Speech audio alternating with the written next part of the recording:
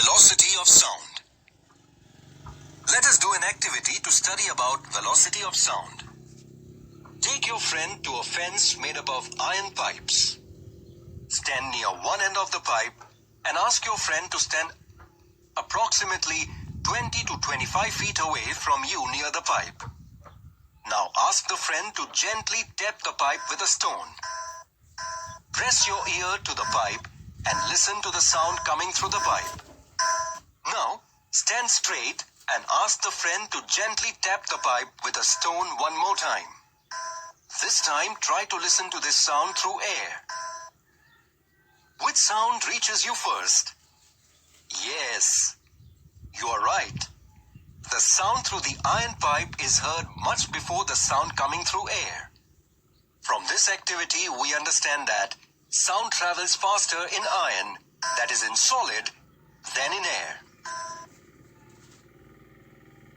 The velocity of the sound wave is defined as the distance covered by a point on the wave, such as the point of highest density or lowest density in unit time. Velocity is equal to distance upon time. Any point on the sound wave covers a distance equal to lambda, that is wavelength in time t, that is time period. Thus, the velocity of sound is given by velocity is equal to wavelength upon time period. Therefore, v is equal to lambda upon t. Therefore, v is equal to nu into lambda because 1 upon t is equal to nu. Thus, the velocity of sound is equal to frequency into wavelength. In any medium, at fixed physical conditions, the velocity of sound of different frequencies is nearly the same. The velocity is highest in solids and least in gases. It increases with an increase in the temperature of the medium. The velocity of sound in various mediums at 25 degrees Celsius is given in this table. The Italian physicist Borelli and Viviani in the 1660s first calculated the speed of sound. They measured the time between seeing the flash of a gun and hearing its sound from a long distance.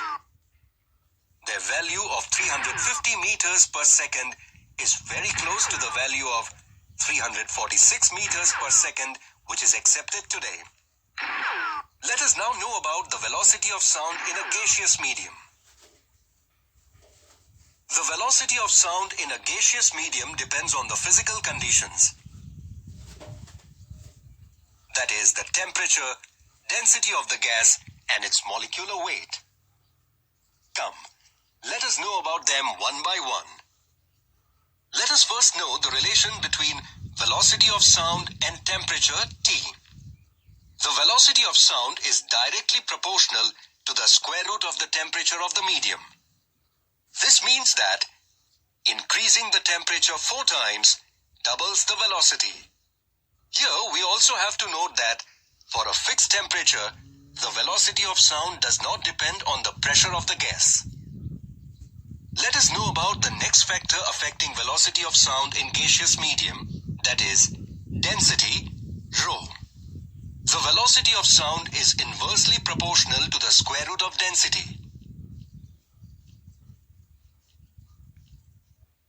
Thus, increasing the density 4 times reduces the velocity to half its value.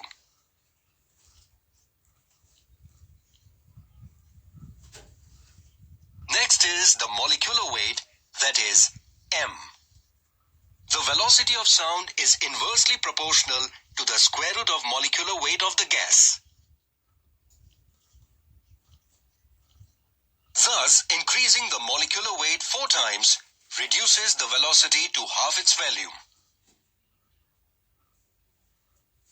Let us consider an example to understand the relation between the molecular weight and the velocity of the sound. The molecular weight of oxygen gas, that is O2, is 32, while that of hydrogen gas, that is H2, is 2.